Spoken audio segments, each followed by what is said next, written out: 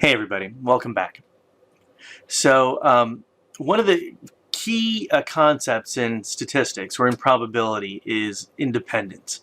Now, not all things are independent of each other, but sometimes they are. Or sometimes you might be told that A is independent of B.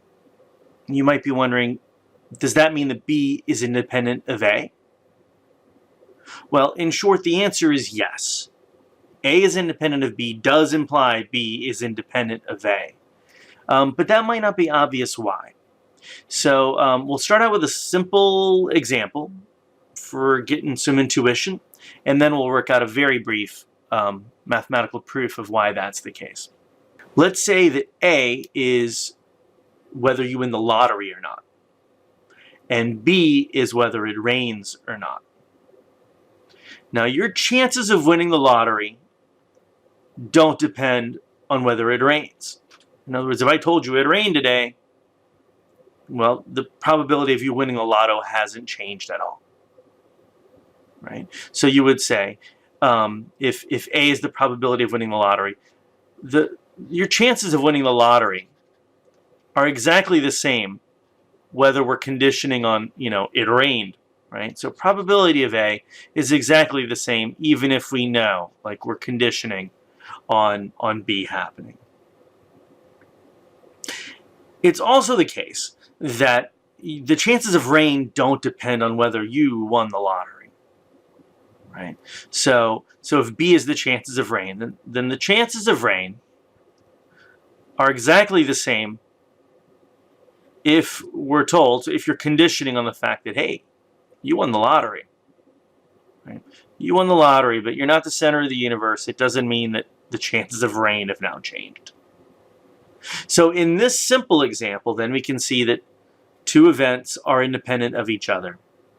And I guess the big question is that always the case, or is that just because rain and lotto happen to be independent of each other? So here's our task then. Mathematically, what we'd like to do is use this.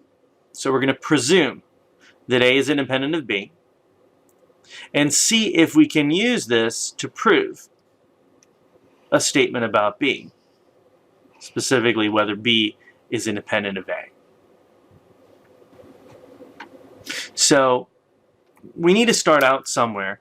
We're going to start off with the definition of conditional probability. And that is simply that the probability of B conditional on A happening is equal to the joint probability, so probability of A and B happening at the same time, but then you're restricting that probability by dividing it by the probability of A. And so that's true by definition, right? That's the definition of conditional probability. And so if we just cross multiply A, then we get this statement right here. Okay. So that's going to be a critical statement. Now, all this came from the definition of conditional probability of B given A. But what about the conditional probability of A given B? Well, we can use the same definition, right? Essentially, we're just changing the order of these letters. And another cross multiplication step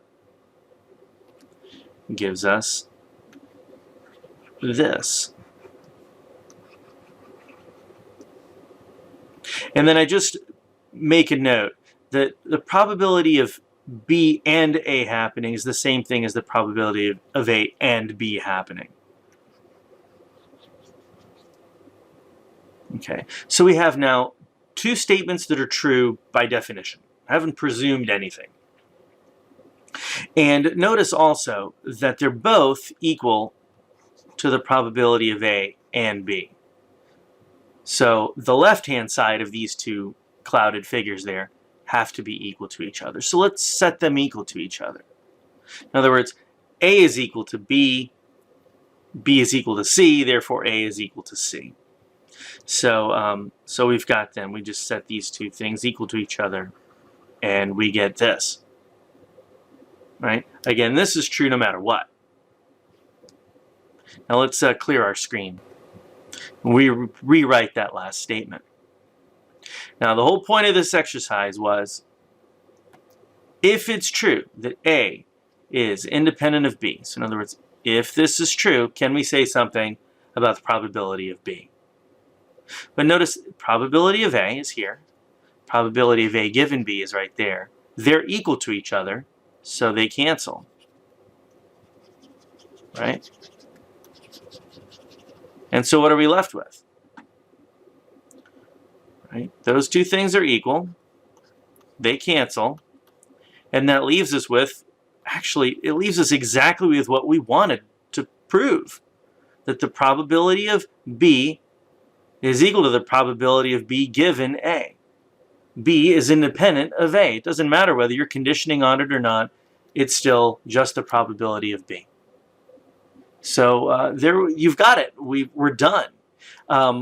We took something that we knew to be true, namely this whole thing, and we said that if A is independent of B, then these guys cancel, and so B has got to be independent of A. And our job is done. QED. So now we know that if A is independent of B, you can just say that they're independent of each other. Kind of neat. Thanks for listening.